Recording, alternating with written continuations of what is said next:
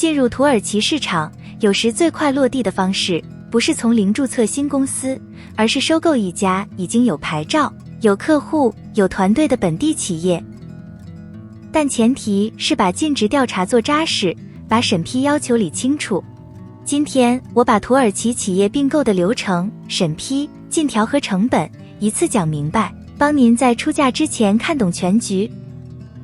先说为什么选择并购。土耳其横跨欧亚，与欧盟有关税同盟，是辐射欧洲、中东和北非的支点。收购本地公司，您接手现成的进出口资质、分销网络和熟悉本地法规的团队。在一些受监管、需要长期资质积累的领域，新设公司从零拿牌照耗时很长，收购一家既有持牌主体，往往能更快进入市场。并购通常有两种结构，第一种是股权收购，直接买下目标公司的全部或部分股份，业务连续、合同、牌照、员工原则上随公司保留，但您也连同历史债务、税务争议和潜在诉讼一起接手。第二种是资产收购，只买您真正需要的部分，比如生产线、品牌或客户合同，把历史包袱留在卖方一侧。但牌照和部分合同未必能自动转移，往往要重新申请或取得对方同意。还有第三种常见安排，就是合资，和本地伙伴共同出资，按比例持股。控制权、僵局打破和退出机制，一定要在股东协议里事先写清楚。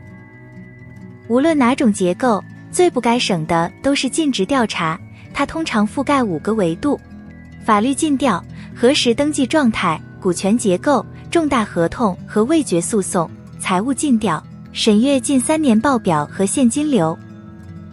税务尽调，检查增值税、企业所得税和社保是否合规；劳动尽调，核对员工合同、社保登记和遣散金。劳动负债在土耳其常被低估，再加上许可尽调，确认牌照和环保许可是否齐全可延续。在签约之前，建议先签保密协议和意向书，把尽调范围、排他期和价格调整机制定下来。这一步做扎实，后面才不会被动。接下来是很多人忽略的关键，审批。当各方在土耳其的营业额合计超过竞争管理局规定的门槛时，交易需在交割前申报并获批。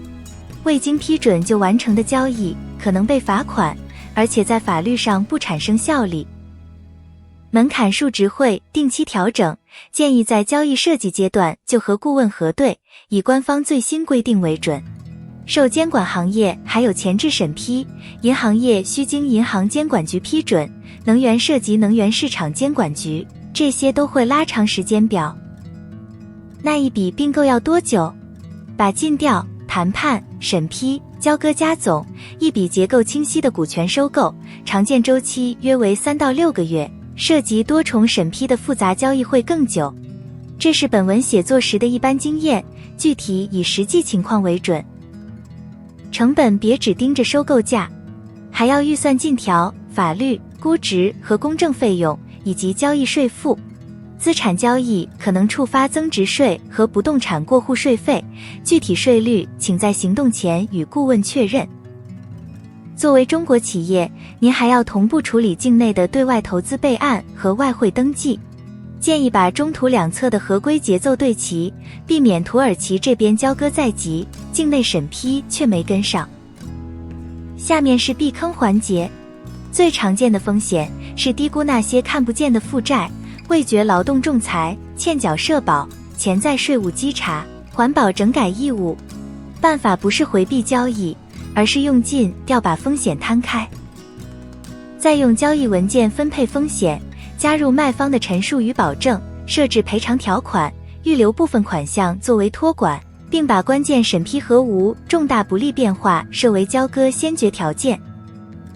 还有2个坑，里拉波动和跨境付款的合规路径，要在签约前规划好，别临到付款才发现卡壳。语言和文化差异也别小看，谈判中一句模糊措辞，可能在交割后变成争议。最后提醒，没有任何机构能保证审批结果。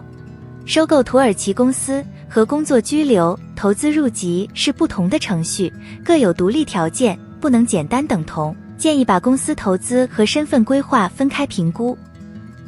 我们是位于伊斯坦布尔，全程讲普通话的跨境顾问团队，端到端陪同您从标的接触、尽职调查做到交割整合，关键节点用中文书面汇报。关注我，少走弯路，更多内容都在主页，我们下期见。